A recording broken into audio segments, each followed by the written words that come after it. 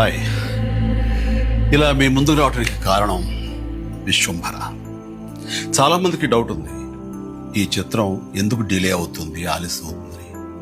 ఈ ఆలస్యం, ఈ జాప్యం చాలా సముచితం నేను భావిస్తున్నాను.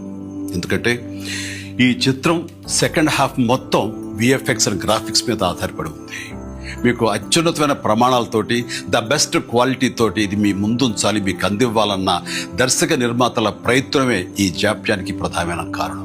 ఎలాంటి విమర్శలకు తావివ్వకుండా శ్రద్ధాశక్తులతో తీసుకుంటున్న సముచితమైన సమయం ఇది.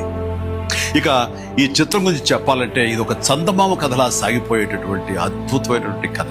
ముఖ్యంగా చిన్నపిల్లలకు, మరీ ముఖ్యంగా పెద్దవాళ్ళలో ఉండే చిన్నపిల్లలు ఉంటారే, వాళ్ళని సైతం ఇది అలరిస్తుంది, వినోదపరుస్తుంది.